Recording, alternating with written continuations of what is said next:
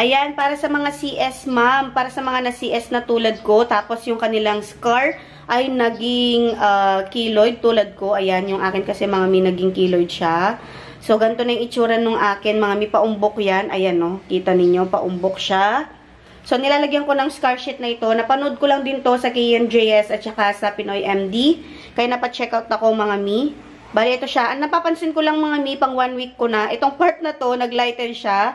Pero naiwan yung iba. So, ang ginagawa ko, in-apply ko muna, nag-a-apply muna ako ng moisturizer after ko maligo. Tapos, lalagyan ko siya agad para ma-seal yung hydration niya or yung tubig or yung moist. O para mas mabilis matanggal yung keloid ko. At saka napansin ko medyo parang bumababa na ng konti or parang hindi na siya ganun kaumbok mga mi.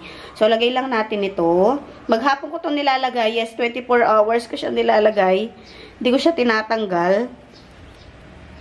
Ganyan siya. Kasi alam ko naman effective tong scar sheet na to mga mi. So, sa CS ko siya nilalagay.